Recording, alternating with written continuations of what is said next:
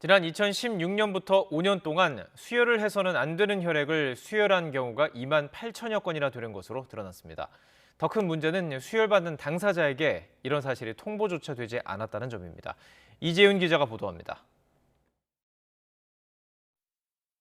감사원의 대한적십자사에 대한 감사 결과 지난 2016년부터 5년 동안 대한적십자사 소속 각 혈액원에서 헌혈받은 부적격 혈액은 3만 2천여 유닛입니다. 이 가운데 88.5%가 걸러지지 않고 수혈된 것으로 확인됐습니다. 하지만 수혈받은 사람에게 이 같은 사실을 통보한 것은 한 건도 없었습니다.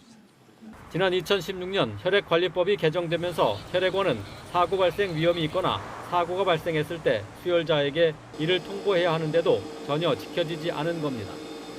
부적격 혈액의 대부분은 말라리아 같은 풍토병 유행 지역을 여행하거나 거주한 사람들의 혈액이었지만 일부는 B형 간염이나 인체 면역 결핍 바이러스 HIV 같은 감염병 위험이 높은 혈액이었습니다. 부적격 혈액을 수혈받은 사람들의 이상 여부는 확인하지 못하고 있습니다. 적십자병원의 마약류 관리도 허술합니다. 경북 상주 적십자병원은 향정신성 의약품인 프로포폴의 투약량을 환자마다 일률적으로 앰플 하나씩 처방했습니다. 하지만 실제 사용량은 평균 40%에 그쳐 이를 계산하면 2017년부터 4년 동안 6천 앰플이 남았을 것으로 추정됩니다. 감사원은 불법 사용 여부는 확인하지 못했고 이미 폐기됐다고만 발표했습니다.